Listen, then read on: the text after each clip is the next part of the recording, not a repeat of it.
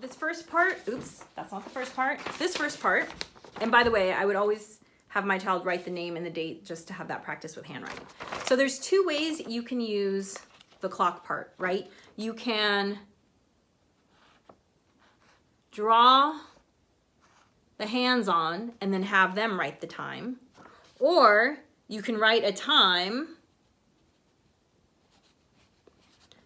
and have them draw the hands. Sorry, my handwriting, it's hard to do it this way. But you have those two different options. So I would switch back and forth between those.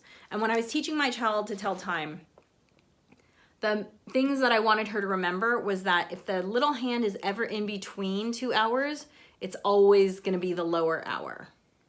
And then we talked a lot about counting by fives, 5, 10, 15, 20, in order to get her to understand how the minutes worked. And then down here, you just write in a addition problem.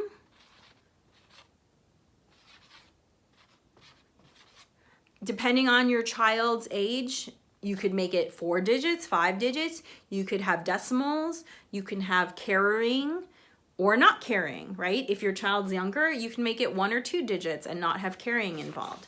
And same with subtraction. If your child is more advanced with their math skills, you can make it so that they have to borrow, right? So customize it to your child's needs. If your child's older, you could also turn this, or more advanced, you could even turn it into multiplication problems, right? Okay, so for counting money, what I simply did was I used these dashes and I would do things like, okay, you have some bills. This one's worth $1. This one's worth $5. And then here, my child would have to write $6, okay? You have $6 in bills. Then I would make a big coin and put a Q in it, so she knows that's a quarter. If your child doesn't know what a quarter is yet, you could put 25 cents in the coin shape, right? And so then this could be dimes, and this could be nickels, and this could be pennies. You get the idea. And then they have to add it all up. And, you know, when your child's just starting out with this, make it simple. Make it $1 and 1 penny. You don't have to use all the spaces. But, you know, counting money is a great way to bring up math to your child. And so that's why I have so many spaces there. Word problem, again, if you do a search for word problems online, there's so many. But you just want to get your child thinking about how math applies to the real world. So maybe it's a simple one like, you know, Tom has 10 apples. Maria eats 2 of them. How many apples are left? That sort of thing, okay? Then the way you use this is we have a lot of die. I don't know why. We just, I think I picked them up actually once specifically for homeschooling, like at a garage sale or something. And we have about 10 or 12. And so I would just have her roll them, and then she would see how many, okay, so 3 of the die show 1 number. 3 times 1 is 3, and then I would have her write here, 1 plus 1 plus 1 equals 3, to show the relationship between the multiplication and the addition. And then you just fill this out. If you don't have a bunch of die, I think you could do this with cards, with playing cards, right? So if you just ask them to count the number of objects, whether it's spades or diamonds or hearts or clubs, and they could do that same sort of thing, you could adapt this easily. And then fractions. So just doing simple things like dividing up the objects and shading it in, and that's 1/4, right? Shading it in, 1/2.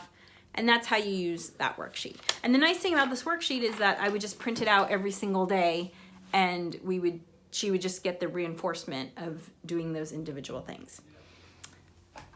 Okay, final thing, a few questions. If you haven't checked out the PBS app, PBS is so different than it was when I was growing up. It has become a lot more purposefully educational. For instance, they have a show called Peg plus Cat, which is all about math. They have another show called Go Jet Go, which is all about science. So check out the PBS app, because if you're just catching what's on TV, you might not see all the great options they have. Wild Kratts, which my child loves, learning all about animals, she still loves. So check that out. Another great resource for, let's say there's something, maybe your child gets older and there's something they need help with that you legitimately feel like you do not know, such as calculus or chemistry or something like that. Now, trust me, there's a lot of free resources, but if you need a paid resource, there is something called outschool.com. I have taught cooking classes for outschool.com. They're basically live virtual classes happening all the time, all over the world. Again, it doesn't matter where you are because it's virtual. I've taught students how to cook in England at the same time as someone in Canada is logging on. It's pretty magical. So check out outschool.com. And one other thing, if you're curious about how to logistically homeschool, I'll do that as a separate video. But I do want to say one other thing in case you're enjoying this and it's becoming more interesting to you. A lot of people wonder, well, what do I do when my kid hits the age that they're doing things like calculus and physics and those more challenging, more time-consuming subjects? The homeschooling families that I know, and I've met many, every single one of them, the kids start taking community college classes at 15 because they're ready. And the great thing about that is I just think about, you know, in terms of giving my child a head start on life, if by the time my child is 22 or 23 or 24, they're actually engaged in a career that is interesting to them, I just think what a gift that is. I don't know about you, but I pretty much spent my 20s and maybe even part of my 30s trying to figure out what I wanted to do with my life. And I can already see that because I support my child's interests and I help her learn in a way that is helpful to her, she is moving in a very clear direction because of her own interests. So don't worry, by the time they're 15, your kid can start taking community college classes, and the homeschooling kids that I meet graduate high school with an AA. So, and these are normal children. They are not accelerated gifted children. They're just children who've been able to learn at their own pace in a way that supports how they learn.